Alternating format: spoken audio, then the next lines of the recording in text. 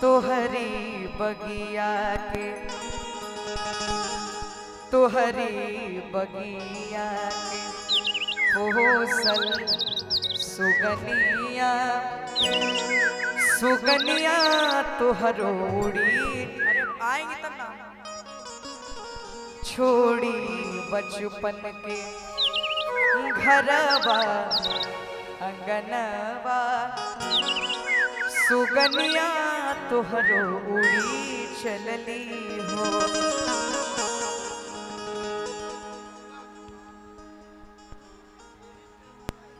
तोहरी बगिया के तोहरी बगिया के ओसल सुगनिया सुगनिया तोहरो उड़ी चलली हो।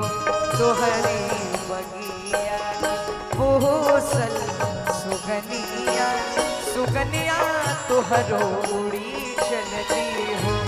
छोड़ी बचपन के छोड़ी बचपन के घरवा अंगनवा सुगनिया तोहरो उड़ी चलली हो। तोहरी बगिया की ओसल सुगनिया सुगनिया तोहरो उड़ी चलली।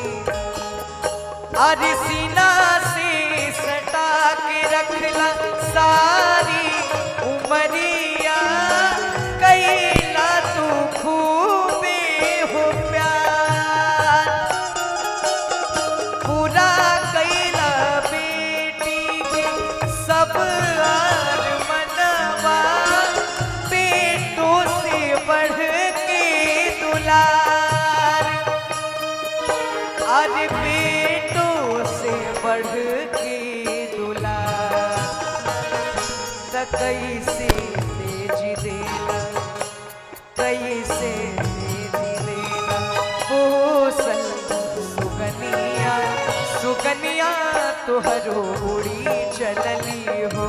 तोहरी बगिया ओसल सुगनिया सुगनिया तोहरो उड़ी चलली हो। बहुत सुंदर।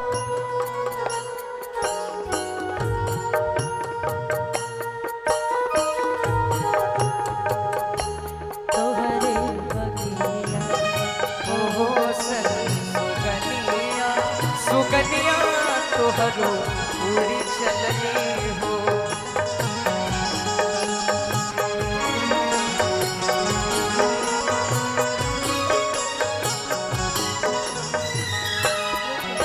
अरे छोटी चुकी से पोस के सियान कैला पापा जी छोटी चुकी से पोस के सियान कैला पापा जी।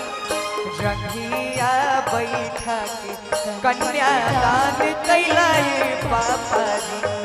रंगिया बैठा के कन्यादान कैला ये पापा जी। रंगिया बैठा के कन्यादान कैला ये पापा जी। रंगिया बैठा के कन्यादान कैला ये पापा जी। अरे जंगिया बैठा के